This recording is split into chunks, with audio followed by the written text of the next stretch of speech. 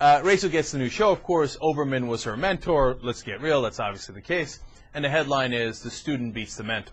And Rachel has had better ratings the other night than Keith Olbermann did. I'll give you the ratings, or the actual number of viewers.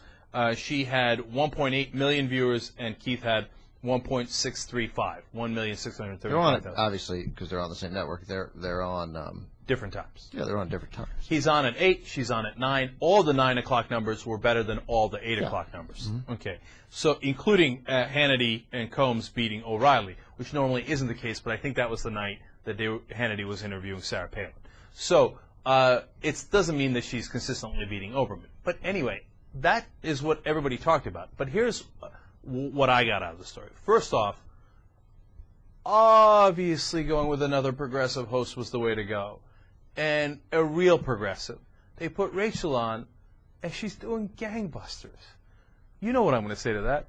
Of course! I got to take credit for this, man. I got to. I'm Ben, I don't have a choice. Mm-hmm. Okay?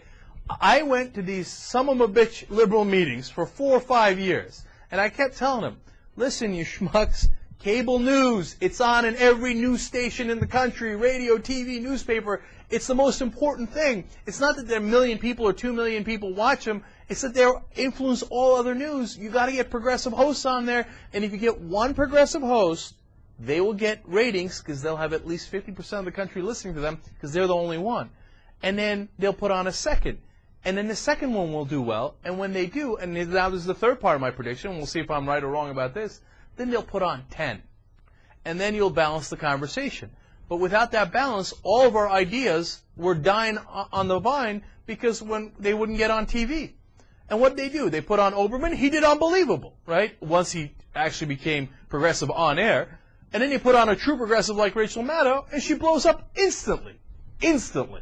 Okay? So now let's see if they put 10 others on. It's good. She's also, obviously, I mean, you know, she's very good. Oh, absolutely. Now. And she doesn't, I suspect that people will dislike her less than some people dislike Olbermann. Mm-hmm. Who obviously who will not have an appeal, obviously, to conservatives, but even some liberals will find his. She's less grating. She's cerebral, but she's good on TV, and she's less grating. I like grating. Here's the second part of this story that's so relevant. Yeah, she beat Oberman, but they're at different time slots, so it doesn't, you know, that's not. She beat Larry King, okay? Flat out beat Larry King. He had 1.7 million viewers. She had 1.8 million viewers. Larry King, I don't know if you know this, was a giant on cable. Okay, he dominated CNN for so long. He dominated cable news for so long. She beat him not just that night. She beat him for the week.